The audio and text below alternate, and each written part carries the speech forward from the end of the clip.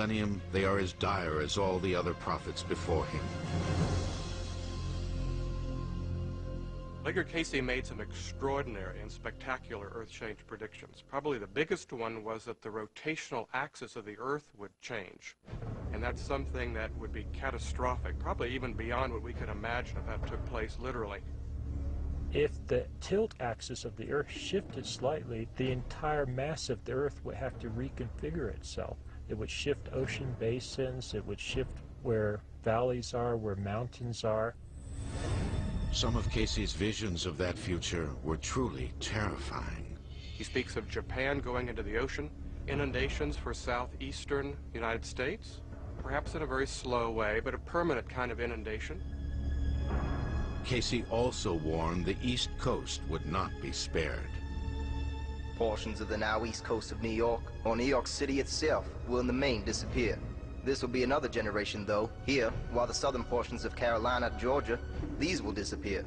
This will be much sooner. He also suggests that Europe would change either geologically or climatologically in the twinkling of an eye.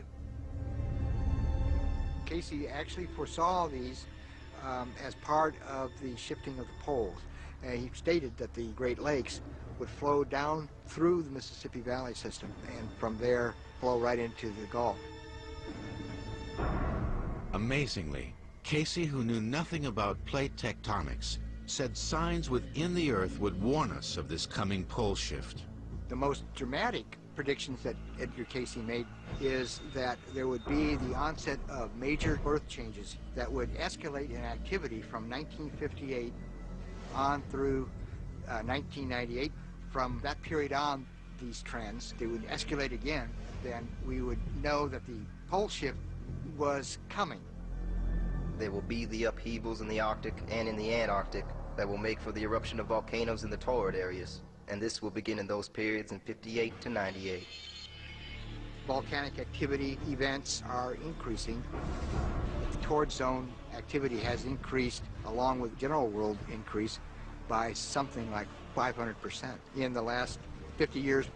Cayce also predicted a surge in violent storms and earthquakes in this period. In the last 10 years, hurricane activity in the Atlantic has been at its highest, and an increasing number of earthquakes are being detected around the globe. And in 1999, German researchers measured more than 200 earthquakes in a period of 7 months above the Arctic Circle. Are Cayce, Shipton, Nostradamus, and the Mayan Hopis before them reading from the same book of prophecy?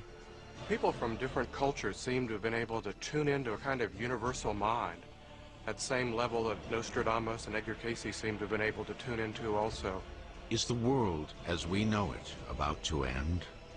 Whatever he did and however he did it, Cayce, like all the great seers before him, left behind a vision of what our future could be. Whether that future unfolds remains to be seen.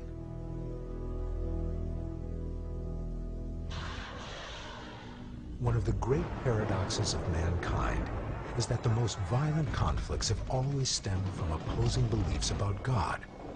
A recent rise in religious fundamentalism has spawned random and deadly acts of terrorism that are striking with increasing frequency and ferocity. There are drawings in the Lost Book that point to the clashes at the very heart of this climate of bitter hatred and mass murder. One of the things that fascinated Nostradamus was he had a 13-sign zodiac. We have a 12-sign zodiac in our world today. And this 13th sign was between Sagittarius and Scorpio. It's called Ophiuchus. Ophiuchus is called the secret sign, and it's noteworthy that it is the 13th one, the unluckiest number according to numerology. Ophiuchus, a Greek term meaning serpent holder, is clearly depicted on the front of the church, some say, and also in the Lost Book. It is this constellation and its position in the sky that holds a critical clue about the last days. Ophiuchus crosses the celestial equator just at the point where the center of the galaxy meets the celestial equator. Now, in Nostradamus' day, they had no idea that there was such a thing as a galaxy, much less that there was a center of the galaxy with all of these end-of-the-world prophecies, all of these connections with Judgment Day and the Apocalypse and so forth, are all connected with a certain alignment. And that alignment is when the sun tends to fall into Ophiuchus, into the gap in between Scorpio and Sagittarius. It is in this very gap, in the area between Scorpio and Sagittarius, known as the Dark Rift, that the center of the Milky Way galaxy is located. The Great Alignment will occur when the sun rises in perfect alignment with the center of the galaxy.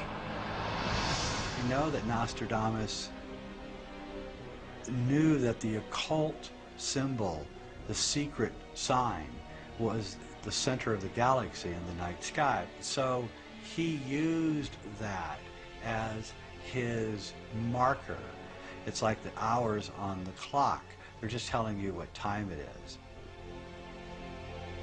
Nostradamus scholars believe that the 7 images embedded in the Lost Book carry the reader step by step through a terrifying premonition of coming events. They are to culminate in the final disclosure of exactly when the apocalypse will occur.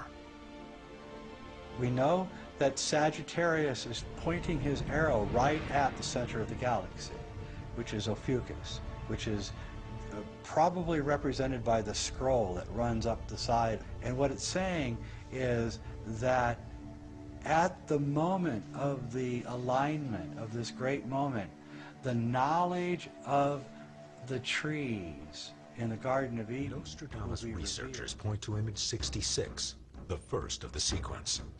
The sun is prominent, highlighting its importance in the dating of the coming Earth-changing event. 67 indicates that the constellation of Ophiuchus will play a role. The next image moves us a little bit further ahead in time. It shows the 8-rayed star, the 8-spoked wheel at the top with the banner. And it also shows the tree of life being impinged upon by some monster. In the sky, if you drew a line from the stinger of the scorpion to the tip of Sagittarius's arrow, the line would go directly through the center of the galaxy. The space between Scorpio and Sagittarius becomes very, very important. In this image, with the addition of the paschal lamb, the lamb of Revelation, there's the notation that this represents the end of time. In this image, we see again the 8-spoked wheel at the top. I should perhaps explain why the 8-spoked wheel is so important.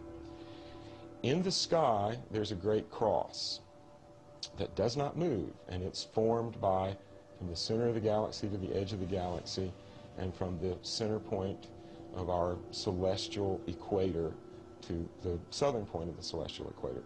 That's the divine cross. Down here on the ground, we have the mundane cross that is formed by the angles between equinox and solstice and so forth. So the 8-armed cross, the 8-rayed star, the 8-armed cross, the 8-wheeled spoke, represents the alignment in space and time of the divine cross above and the terrestrial mundane cross below. Now, curiously enough, this alignment only happens once every 13,000 years. These crosses have not aligned since 11,000 BCE, roughly 13,000 years ago, meaning the phenomenon is now poised to occur again. The next image in the series is the end-all and be-all of the whole sequence. It shows the exact time when the apocalypse is going to happen. At the top, we see our alignment of divine cross and terrestrial cross. Below that, we see 3 eclipses connected to an eclipse of the moon. If we look for 3 solar eclipses within a time period that is also bound by very significant lunar eclipses, we come up with a 20-year time period from 1992 to 2012. Ancient and modern cultures alike have targeted the rapidly approaching year of 2012 as one of major planetary significance. This is the only image we have from the Western tradition that pinpoints this time period this precisely. Other traditions around the planet have pointed to the same time period. Most notably, the Mayan